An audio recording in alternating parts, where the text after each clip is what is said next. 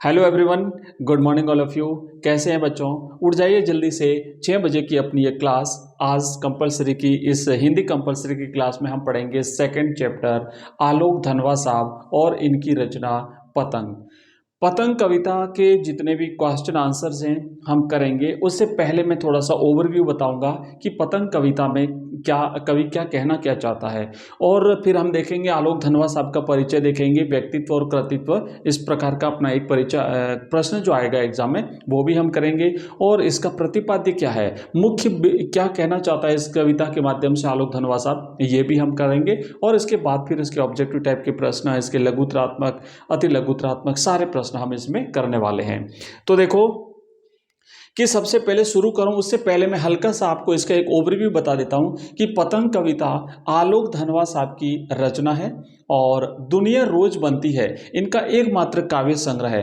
आलोक धनवा ने ज़्यादा नहीं लिखा, बहुत कम ही लिखा, और उनका एकमात्र काव्य संग्रह जो है दुनिया रोज बनती है, ये इनका एकमात्र काव्य संग्रह है। ये जो पतंग है, इस पतंग में कवि ने प्राकृतिक सौंदर्य का वर्णन किया है, साथ ही साथ जो बाल सुलभ क्रियाकलाप होते हैं, बाल सुलभ मनोवृत्तियां होती है, बाल मन की जो एक भावनाएं होती है, उमंग है, उसका चित्रण भी किया है।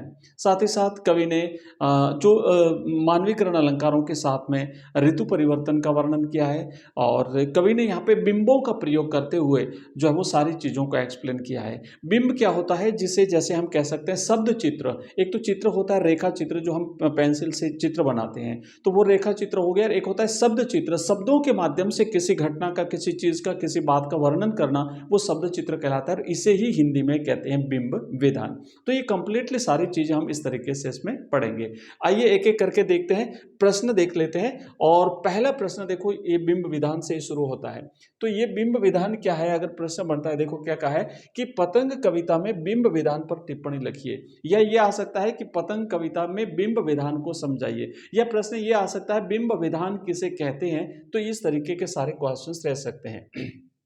देखो कि किसी दृश्य के शब्द चित्र को ही बिंब कहते हैं। कोई भी घटनाक्रम है उसका जब हम अपने हिसाब से जब उसका वर्णन करते हैं, किसी को समझाते हैं, तो वो बिंब विधान हो गया। कवि जब अपनी बात कहने के लिए बिंब का सहारा लेता है, यानी शब्द चित्र का सहारा लेता है, तो उसे बिंब विधान अथवा बिंबात्मक शैली कहते हैं। बिंबों का संबंध मनुष्य के नेत्र, कान, त्वचा आदि इंद्रियों से होता है। मतलब कुछ ऐसी चीजें, जैसे हमने मान लीजिए वर्णन किया कि ढोलक, तो ढोलक होते ही हमारे दिमाग में एक प्रश्न आएगा, ढोलक ये होता है, इस टाइप का होता है, ढोलक बजता है तो उससे ध्वनि निकलती है, तो ध्वनि निकलती है, तो ध्वनि को हम कानों से सुनते हैं। कौन सी इंद्रिय से हम उसके सेंस को ग्रहण ग्रहण करते हैं, तो कानों से करते हैं, तो ये एक श्रव्य बिंब हो गया। जैसे मान लीजिए कुछ ऐसे कोई घटनाक्रम हो गया, कुछ ऐसे कुछ देखने के लिए कि सूर्योदय हो रहा है, बहुत प्राकृतिक एक प्रकार से सुंदर दृश्य उपस्थित हो रहा है, पहाड़ का दृश्य है, तो चूंकि ये सारी चीजें हम आंखों से देखते हैं, तो ये दृश्य बिंब हो गया। तो इस तरीके से हमारे अलग अलग हमारी इंद्रियों के द्वारा हम इन चीजों को ग्रहण करते हैं, तो बिंब का संबंध हमारी इंद्रियों से होता है। यहाँ पे देखिए कि पतंग कविता में प्रयुक्त बिंब विधान के कुछ उदाहरण इस तरीके से हैं। यहाँ पे आप देखेंगे कुछ काव्य पंक्तियां हैं और यहाँ पर है बिंब।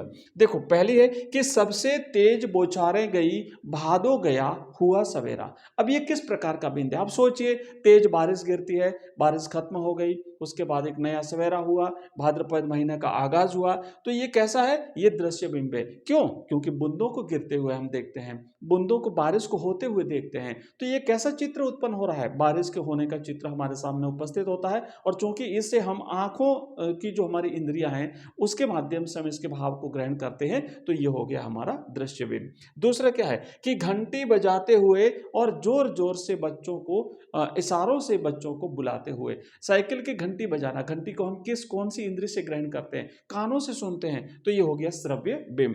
नेक्स्ट क्या है, आकाश को मुलायम बनाते हुए। अब मुलायम है कि कठोर है कैसे पता चलेगा, जब हम उसको स्पर्श करेंगे, तो ये हो गया स्पर्श बिंब। और फिर है दिशाओं को मृदंग की तरह बजाते हुए।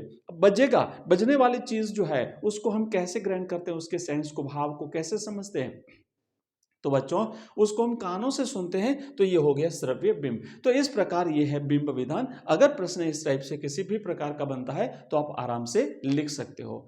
चलिए आगे बढ़ते हैं और दूसरा प्रश्न है। देखो दूसरा प्रश्न क्या है कि कवि आलोक धनवा के कृतित्व एवं व्यक्तित्व पर प्रकाश डालिए। यह प्रश्न इस प्रकार आएगा कि आलोक धनवा अथवा कोई और मिलेगा, आपको दो मिलेंगे, दो में से कोई एक करना है कि व्यक्तित्व एवं कृतित्व पर प्रकाश डालिए। तो देखो हम देखते हैं आलोक धनवा साहब, व्यक्तित्व और कृतित्व दो चीजें हैं। व्यक्तित्व में उसका किसी भी कवि या लेखक का जीवन परिचय लिखा जाता है और उसका जन्म लिखा जाता है, उसके परिवार के बारे में लिखते हैं, उसकी स्कूली शिक्षा के बारे में लिखते हैं और ये सारी चीजें लिखी जाती है। उसके बाद जब उसका व्यक्तित्व आता है, कृतित्व आता है। कृतित्व मतलब उनकी कृतियां, उनकी रचनाएं, उनका साहित्यिक परिचय वो लिखा जाता है। तो उसमें उनकी रचनाएं आती है, आदि आदि सारी चीजें लिखी जाती है। तो सबसे पहले हम लिखेंगे व्यक्तित्व कि आलोक धनवा साहब का जन्म 1948 में बिहार के मुंगेर में हुआ था। ये छोटी उम्र में ही इन्होंने लिखना प्रारंभ कर दिया था। इन्होंने ज़्यादा चीज़ें नहीं लिखी, बहुत कम ही लिखा था और एकमात्र इनका काव्य संग्रह 1998 में प्रकाशित हुआ है और वो है उनका काव्य संग्रह बच्चों दुनिया रोज बनती है। अब ये इतनी प्रसिद्धि प्राप्त करने के बावजूद उन्होंने थोक के भाव रचनाएं नहीं लिखी थी। इनकी कुछ गिनी चुनी रचनाएं जो है वो इसी दुनिया रोज बनती है काव्य संग्रह में संकलित है। अब जहाँ तक इनके बच्चों सम्मान की बात है तो इनको राहुल सम्मान, साहित्य सम्मान, भोजपुरी सम्मान और पहल सम्मान से पुरस्कृत किया गया। तो ये है बच्चों आलोक धनवा साहब के व्यक्तित्व एवं कृतित्व के बारे में। 4 नंबर का प्रश्न आपका बनेगा, इस तरीके से आप लिख दीजिए, पढ़ लीजिए। और ये सारी जो पीडीएफ है ये हमारा जो चैनल है बच्चों, जो हमारा ऐप है उस ऐप में आपको पूरी सीरीज मिल जाएगी चैप्टर वाइज। जैसे हम आज 17वां जो पार्ट इसका कर रहे हैं, तो इससे पहले के 16 जो पार्ट हैं कंप्लीट फर्स्ट टू 16 तक, 17 तक और आगे भी ये इसी तरीके से कंटिन्यू रहेगा। पीडीएफ के रूप में आपको ये नोट्स भी मिलेंगे और साथ ही साथ उसकी जो वीडियो सीरीज है जो मैं जैसे एक्सप्लेन कर रहा हूँ तो वो भी आपको वहाँ पे क्रम से मिल जाएगी। हिंदी कंपलसरी की भी, हिंदी साहित्य की भी, हिंदी साहित्य की क्लास आती है बच्चों अपने 7 बजे और उसके भी इसी तरीके से हम क्वेश्चन आंसर्स करते हैं। आइए आगे बढ़ते हैं नेक्स्ट प्रश्न में और अब हम देख लेते हैं कुछ ऑब्जेक्टिव टाइप के प्रश्न कर लेते हैं, फिर आगे हम फिर से वापस जो है वो कुछ जो है वो निबंधात्मक और लघुत्रात्मक प्रश्न करेंगे। तो प्रश्न ये है कि पतंग किसका प्रतीक है। बच्चों ये जो पतंग कविता है इसका शीर्षक ही है पतंग, तो आखिर ये पतंग प्रतीक किस बात का है, किस चीज का प्रतीक है। आंसर एक है कि हमारे लक्ष्य प्राप्ति का, युवा पीढ़ी की खुशी का, मनोव्यथा को दूर करने का, या फिर बच्चों की उमंगों का रंग बिरंगा सपना। तो भाई पतंग, जैसे आज पतंग का दिन है, कितनी पतंगे उड़ाई होगी आप लोगों ने, है ना, कुछ लोगों ने कल भी उड़ाई है। तो ये पतंग कविता जो है ये बच्चों की उमंगों का, क्योंकि हर बच्चा कितना खुश होता है जब पतंग उड़ती है, जब उसके हाथ से पतंग ऊपर उड़ती है तो कितना आनंद आता है, आप सब जानते हैं। तो इसलिए बच्चों की उमंगों का रंग बिरंगा सपना है। तो राइट आंसर रहेगा इसका ऑप्शन द। ऑप्शन द इसका सही जवाब है। नेक्स्ट प्रश्न है हमारा अगला चौथा, आलोक धनवा की कौन सी रचना नहीं है। तो देखो आलोक धनवा साहब ने कई सारी रचनाएं लिखी है, जैसे भागी हुई लड़कियां, ब्रूनो की बेटियां, चक्रव्यूह इनकी रचना नहीं है और दुनिया रोज बनती है ये एकमात्र इनका काव्य संग्रह है। तो राइट आंसर रहेगा इसका ऑप्शन सा, चक्रव्यूह इनकी रचना नहीं है। नेक्स्ट क्वेश्चन है कि पतंगों के साथ साथ वे भी उड़ रहे हैं, पंक्ति में वे कौन है। वे कौन उड़ रहे हैं, पतंग उड़ती है तो वे भी उड़ते हैं, बच्चे उनका मन उड़ रहा है या फिर पक्षी उड़ रहे हैं, दूसरों की पतंग उड़ रही है या बच्चों के लक्ष्य उड़ रहे हैं। तो बच्चों बच्चों के लक्ष्य उड़ रहे हैं या बच्चे भी उड़ रहे हैं, क्योंकि जब पतंग उड़ती है तो उनके साथ बच्चे भी उड़ रहे होते हैं। तो राइट आंसर रहेगा ऑप्शन द। बच्चों ये सीरीज हमारी लगातार चलेगी, हमने फर्स्ट से शुरू किया था और हमारा टारगेट है 2000 प्रश्न करना। 2000 प्रश्न, चूंकि अब तो 2000 से भी ज्यादा करेंगे और 2000 प्रश्नों की पूरी सीरीज बच्चों जो है, अब हजारों बच्चे परचेज कर रहे हैं, हजारों बच्चे पढ़ रहे हैं। आप ये प्रश्नों की सीरीज अगर आप चाहते हैं तो ओनली 11 रुपए में हम आपको अवेलेबल करा रहे हैं, सिर्फ 11 रुपए में। और सब्जेक्ट वाइज अलग अलग सब्जेक्ट के नोट्स भी अगर आप चाहते हैं तो वो भी 11-11 रुपए में हम आपको अवेलेबल करा रहे हैं। इसी तरीके से हमारी हिंदी साहित्य की जो सीरीज है, अगर आपका सब्जेक्ट है हिंदी साहित्य, तो वो भी हम ओनली 11 रुपए में अवेलेबल करवा रहे हैं। ये सारी सीरीज बच्चों आपको हमारा ऐप है एजुकेशन राइज, यहां पर मिल जाएगी। इस वीडियो के डिस्क्रिप्शन में लिंक दिया हुआ है, उस लिंक पर क्लिक करके आप इस ऐप को डाउनलोड करेंगे और वहां वहाँ पर आपको ये कंप्लीट सीरीज मिल जाएगी। इसके अलावा हमारे बहुत सारे कोर्सेज हैं। अगर आप फुल कोर्स लेना चाहते हैं हिंदी कंपलसरी का तो ओनली 99 रुपये में, ओनली 99 रुपये में पूरा कोर्स मिलेगा फुल वैलिडिटी के साथ में। इसमें आपको चैप्टर वाइज कंप्लीट एक्सप्लेनेशन, व्याख्या मिलेगी, उसके प्रश्न उत्तर मिलेंगे, एमसीक्यूज जो ऑब्जेक्टिव टाइप के प्रश्न होते हैं वो भी मिलेंगे। तो इस तरीके से कंप्लीट कोर्स आपको मिलने वाला है। आइए आगे बढ़ते हैं और नेक्स्ट प्रश्न की तरफ जो है वो आगे बढ़ते हैं। छठा, कि पतंग के बहाने किसका सुंदर चित्रण किया गया है? तो ऑप्शन एक है बाल सुलभ इच्छाओं का, प्रकृति का सुंदर चित्रण, नेक्स्ट है युवा क्रियाकलापों का, या मन की खुशी का। तो पतंग कविता के माध्यम से बाल सुलभ इच्छाओं का, क्योंकि बालकों की जो इच्छाएं होती है, उमंग होती है, उसका वर्णन हुआ है। राइट आंसर है ऑप्शन अ। नेक्स्ट प्रश्न है 7वां, सबसे तेज बौछारें गई भादो गया हुआ सवेरा।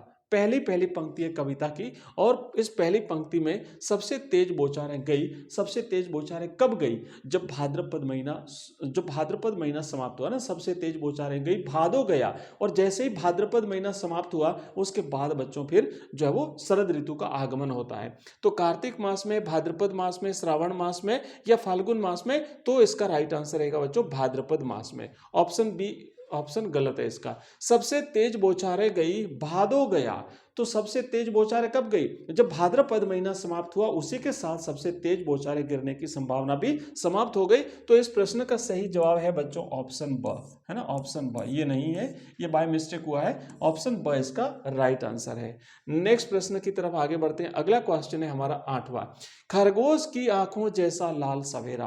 कवि कहता है ना कि सबसे तेज बौछारें गई भादो गया हुआ सवेरा, और सवेरा कैसा? खरगोश की आंखों जैसा लाल सवेरा। तो यहाँ पे सवेरे को यानी शरद ऋतु के सूर्योदय के समय को खरगोश की आंखों के समान कवि ने लाल बताया है। तो कौन प्रतीक होता है? तो यहाँ पे देखो सर्दी का सूर्य, वर्षा का सूर्य, गर्मी का सूर्य या सर्दी का सवेरा।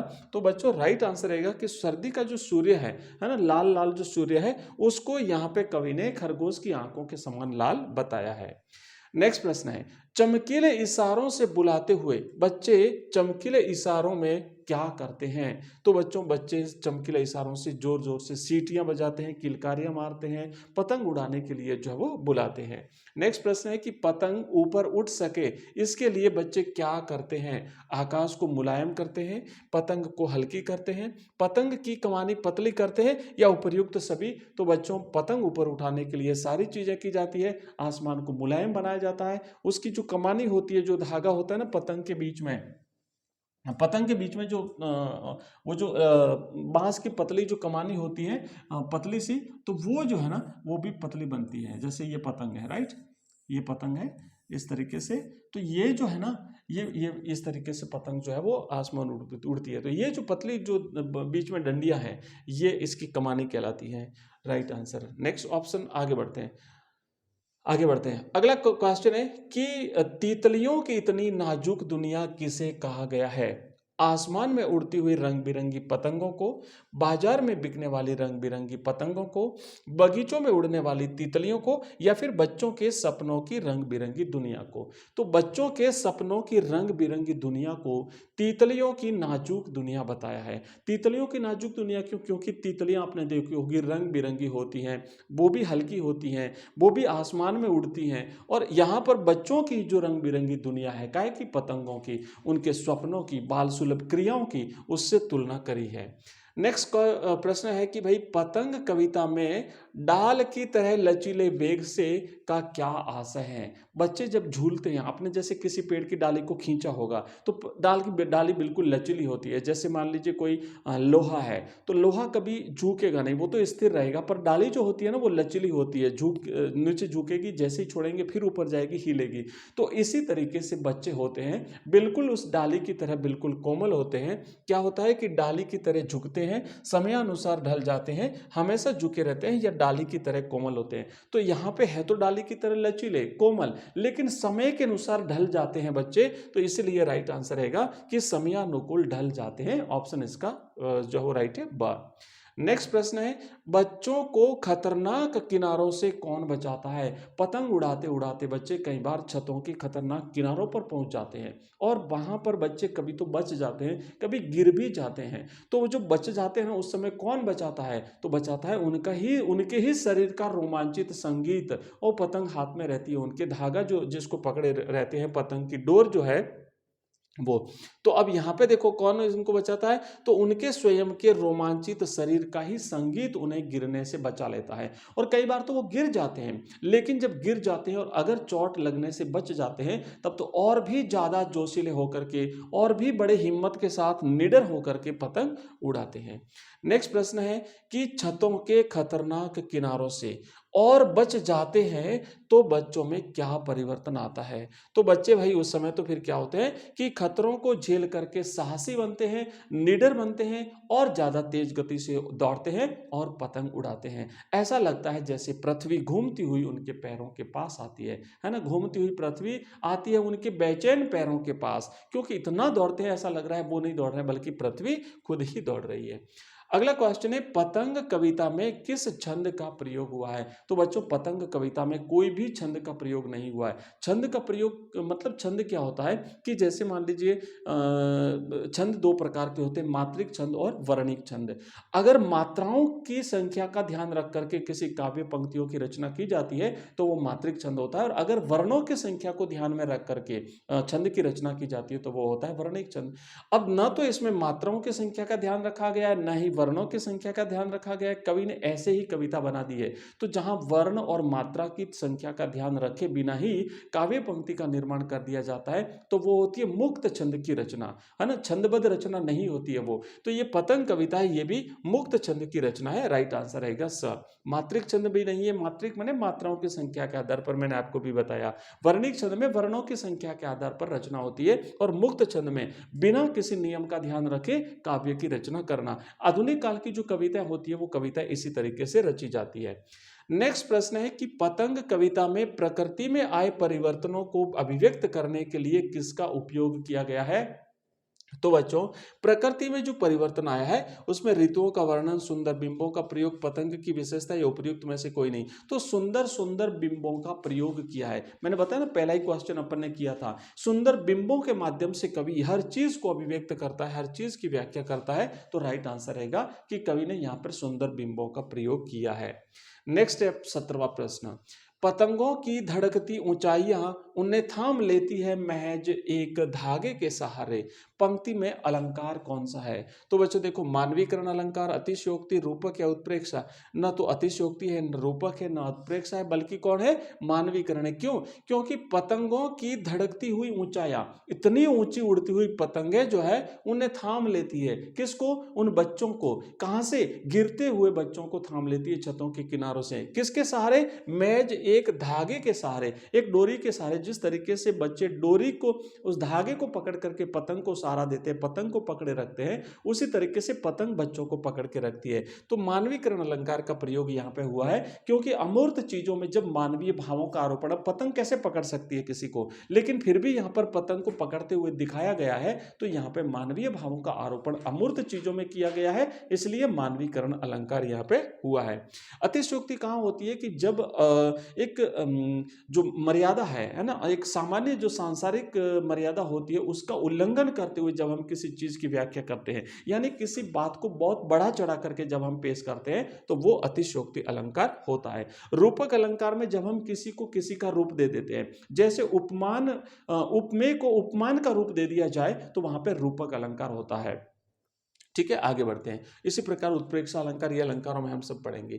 नेक्स्ट प्रश्न है कि पतंग शीर्षक कविता का प्रतिपाद्य या मूल भाव स्पष्ट कीजिए। इंपॉर्टेंट प्रश्न है बच्चों, इसी प्रकार के प्रश्न परीक्षा में पूछे जाते हैं। और ये जो हमने क्वेश्चन सेलेक्टेड किए हैं, विशेष करके जो सब्जेक्टिव प्रश्न है, ये इस प्रकार के प्रश्न है कि लगभग आपकी परीक्षा में इसी टाइप के पूछ लिए जाएंगे, यही आएंगे। और अगर मान लीजिए किसी दूसरे टाइप के प्रश्न आ भी गए तब भी आप इन्हें हल कर लोगे, ये बिल्कुल जो है वो अच्छी तरह से तैयार किए हुए हैं। तो देखो इसमें क्या है कि जो पतंग कविता है ना, इसमें इसका मूल भाव क्या है? इसका मूल भाव है प्राकृतिक सौंदर्य का वर्णन करना, और साथ ही साथ बालक की बाल मनोविज्ञान को व्यक्त करना, यह बाल सुलभ इच्छाओं को, बाल सुलभ क्रियाकलापों को बताना, यह है इसका मुख्य प्रतिपाद्य। तो क्या है कि शरद ऋतु में धरती और आकाश स्वच्छ हो जाते हैं, ऐसे में पतंग उड़ाते बच्चों का उल्लास और उत्साह देखने लायक हो जाता है। तो बच्चों के उल्लास को दिखाया गया है।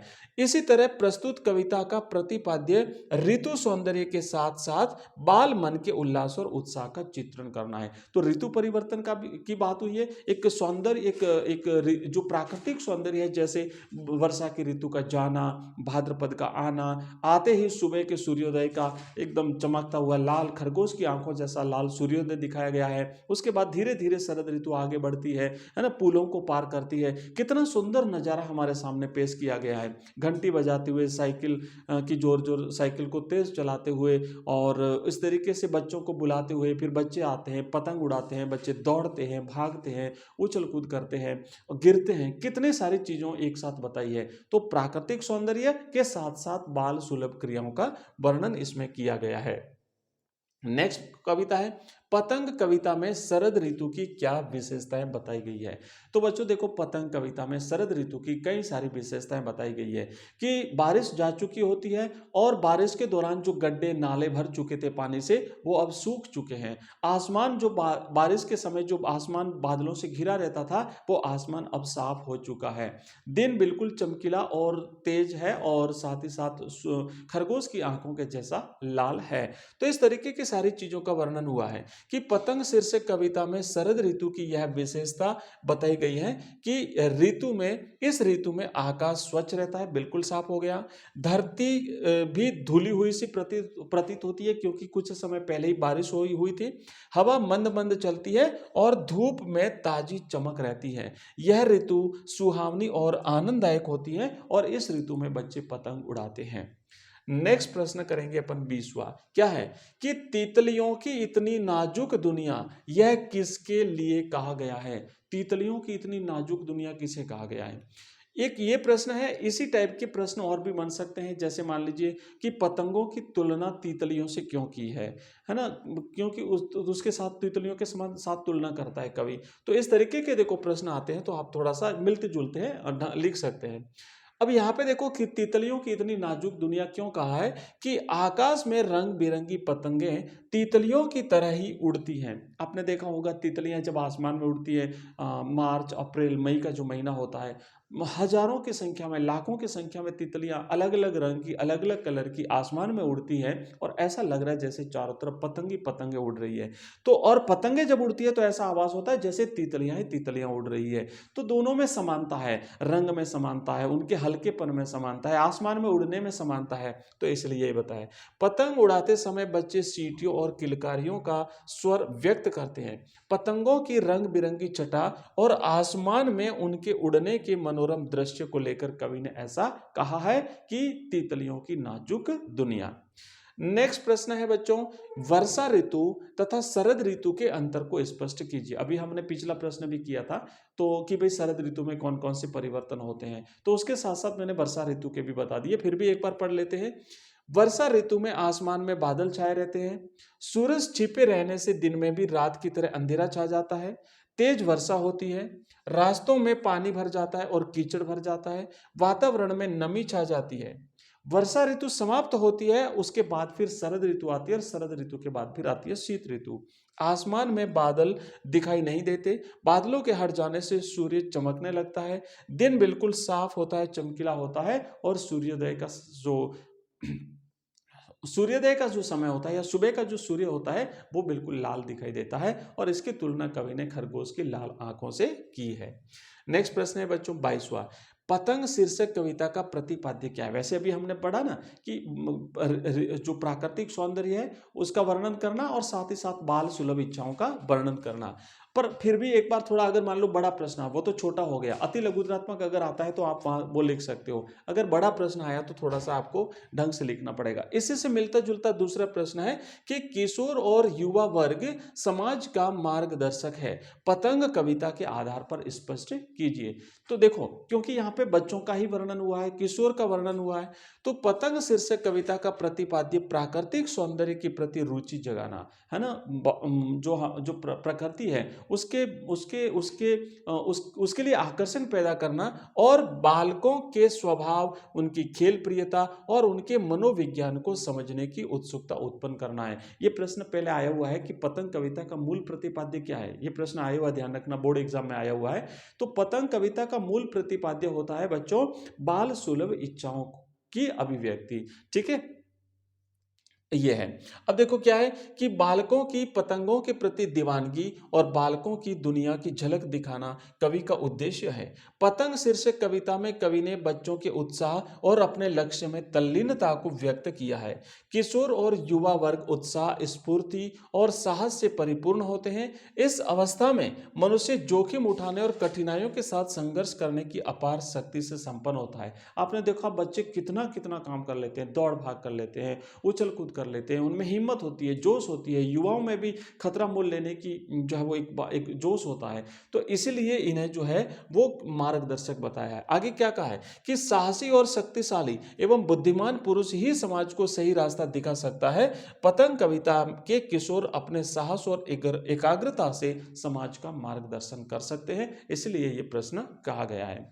बच्चों देखो थोड़ा सा मैं आपको बता दूं कि हमारी जो ये क्लासेस होती हैं, जैसे अभी सुबह मॉर्निंग में 6 बजे आपको हिंदी कंपलसरी की क्लास मिलती है। इसके बाद 7 बजे सुबह आपको हिंदी साहित्य की क्लास मिलती है। शाम के समय 5 बजे हमारी हिस्ट्री की क्लास होती है, उसमें भी हम चैप्टर वाइज क्वेश्चन आंसर्स देख रहे हैं। उसके बाद फिर शाम को 6 बजे इंग्लिश कंपलसरी की क्लास होती है। उस क्लास में हम चैप्टर वाइज एक एक चैप्टर आगे बढ़ रहे हैं, समरी पढ़ रहे हैं, उसके क्वेश्चन आंसर कर रहे हैं। फिर उसके बाद हमारी 2 लाइव क्लासेस होती हैं, शाम को 7 बजे और फिर शाम को 8:30 बजे। तो ये क्लासें हमारी पूरी रहती है। इसके अलावा मेरा हमारा जो ऐप है बच्चों, मैंने आपको कंप्लीटली बता दिया, सारे कोर्सेज हैं, मॉडल पेपर्स हैं, पीडीएफ है, टेस्ट सीरीज है, सब कुछ आपको वहाँ पे अवेलेबल है। एक हमारा नंबर है, आप नोट कर लीजिए। इस नंबर पे आप हमें व्हाट्सएप मैसेज भेज सकते हैं, हाय हेलो करके भेजेंगे। नंबर है 9079622989। इस नंबर पे बच्चों आप हमें मैसेज करेंगे तो हमारी जितनी भी लिंक है वो सारी आपको मिल जाएगी। जैसे हमारे ऐप की लिंक हो गई, इसके अलावा हमारे जैसे वेबसाइट की लिंक हो गई, है ना, ये आपको सारी की सारी लिंक मिल जाएगी। हमारे व्हाट्सएप ग्रुप की लिंक हो गई। इसके अलावा बच्चों हमारे टेलीग्राम चैनल की लिंक हो गई। ये क्योंकि हमारी जो लाइव क्लासेस होती है उसकी जो पीडीएफ होती है, मॉडल पेपर्स होते हैं, वो आपको हम व्हाट्सएप ग्रुप और टेलीग्राम पर ही शेयर करते हैं। हमारी जितनी भी प्ले लिस्ट हैं, हमारे जितने भी कोर्सेज हैं, वो सारी आपको यहाँ पे मिल जाएगी। और कोर्सेज तो हम बिल्कुल नॉर्मल चार्ज पर ओनली 11 रुपये में हम हमारी जो सीरीज हैं वो सीरीज आपको अवेलेबल कराते हैं। ओनली 99 रुपये में कंप्लीट कोर्स अवेलेबल कराते हैं। ओनली 29 रुपीज़ में मॉडल पेपर्स अवेलेबल कराते हैं। तो बच्चों इस तरीके से हमारा टोटल ये रहता है। चलिए आगे बढ़ते हैं नेक्स्ट क्वेश्चन की तरफ और अगला प्रश्न देख लेते हैं बच्चों। अगला प्रश्न है अगला प्रश्न नहीं है, अगला प्रश्न हम नेक्स्ट क्लास में कंटिन्यू करेंगे, ठीक है। और इसी तरीके से ये सीरीज रेगुलर अपनी चलती रहेगी, एग्जाम तक चलती रहेगी। एग्जाम की प्रिपरेशन को कैसे करना है मैंने इस पर भी वीडियोस बना रखे हैं। प्लेलिस्ट में जाएंगे, वहां पे आपको हमारे सब टाइप की वीडियोस मिल जाएंगे, सब टाइप की सीरीज मिल जाएगी और इसी तरीके से हम कंटिन्यू करते रहेंगे। कैसी लगी आपको ये क्लास मुझे जरूर बताइएगा। आपसे रिक्वेस्ट है इस क्लास को लाइक जरूर करिएगा, क्योंकि बच्चे लाइक नहीं करते, पढ़ के जाते हैं। आप थोड़ा सा लाइक करिए, मोटिवेशन मिलेगा। और इसके अलावा ये क्लास आपको शेयर भी करनी है अपने साथियों के साथ में। मिलते हैं अगली क्लास में 7 बजे, तब तक के लिए जय हिंद, जय भारत।